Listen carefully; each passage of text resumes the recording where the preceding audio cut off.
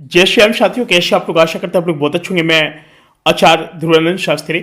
साथियों, आपको बता दें कि फिलहाल मोक्षदा एकादशी हमारी इस बार 22 और 23 दिसंबर को मनाई जाएगी। और साथ ही एक बहुत बड़ी लेटेस्ट अपडेट है कि कल यानी 17 दिसंबर विवाह पंचमी, जहां पर हमारे भगवान प्रभु श्री रामचंद्र जी और सीता मैया का जो कल विवाह हुआ था, यानी कल के दिन हमारे अयोध्या में भी और कई जगह पर बड़े धूमधाम के साथ विवाह पंचमी भी मनाई जाएगी।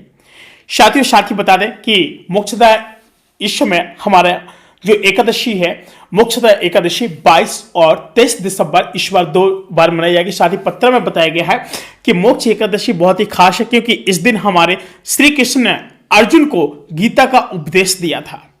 साथ ही बता दें कि एकादशी का व्रत भगवान विष्णु को समर्पित भी है, और साथ ही हमारे कृष्ण भगवान जी ने अर्जुन को एक गीता का उपदेश दिया था।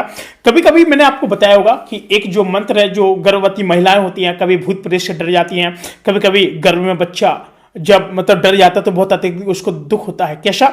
यानी जो बच्चा है ना, कभी कभी महिला इतना डर जाती है कि समझो जो बच्चा है ना जान जोखिम में आ जाती है। और इसके लिए एक हमारे गीता के एक मंत्र है, चलिए आज हम आपको बता दें। 108 मालाएं आप लोग तुलसी की माला करेंगे। वो मंत्र है आपका ओम कृष्णाय वासुदेवाय हरे परमात्मे प्रतः क्लेशनाशाय गोविंदाय नमो नमः। इस तरीके से जब आप 108 माला सुबह शाम करेंगे ना, तो आपको कोई माई का लाल, कोई भी ऐसी नेगेटिव एनर्जी नहीं है जो आपको कोई बाल बाका कर सके। बोले सिया रामचंद्र भगवान कीजिए।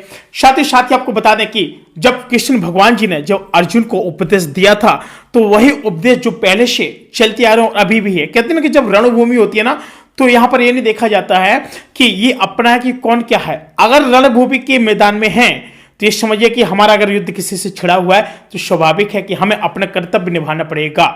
बात समझ रहे हैं? आजकल आपने देखा होगा कि प्रत्येक घरों के अंदर क्या होती है कि रामायण चलती है, रामायण महाभारत भी चलती है। चलती कि नहीं चलती है? रामायण चली तो क्या हुआ कि उन्होंने कहा कि अरे फलाने फलाने इसका ये कर दिया। अब जब महाभारत चलती है तो घर में ही आपस में लड़ाई हो जाती है। बात समझ रहे हो?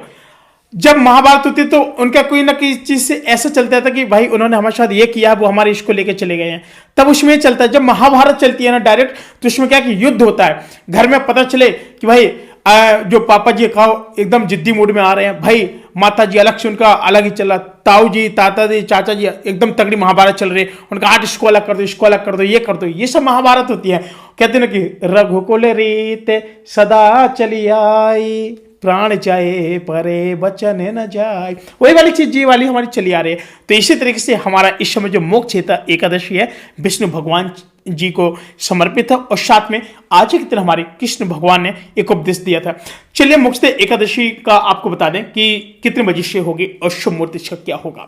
साथ ही बताया गया कि आखिरी मोक्ष एकादशी 22 और 23 दिसंबर को 2 दिन मनाई जाएगी। और पंचांग के अनुसार अगर हम बात करें तो यानी 2 दिन आपकी रहेगी। और साथ ही मोक्ष एकादशी की तिथि हमारे 22 दिसंबर 2023 को सुबह 8:16 पर शुरू होगी। समापन हमारा 23 दिसंबर 2023 को सुबह 7:11 पर होगा।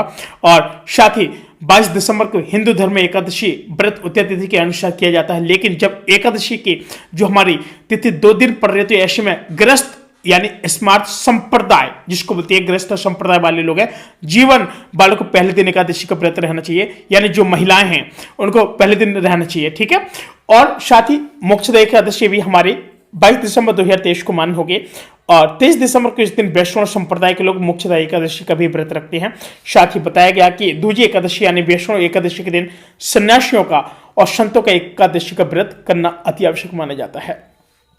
बताया गया कि इस दिन व्रत पारण रहेगा, यानी 22 दिसंबर 2023 को मोक्षदा एकादशी को व्रत करने वाले लोगों को 23 दिसंबर को दोपहर 1:22 से व्रत पारण होगा, और 3:25 के बीच व्रत पारण कर ले। साथ ही वैष्णव संप्रदाय के लोग जो अगले दिन जो लोग रखेंगे 24 दिसंबर 2023 को सुबह 7:10 से 9:14 के बीच वो उत्पन्न एकादशी का भी पारण कर सकती हैं।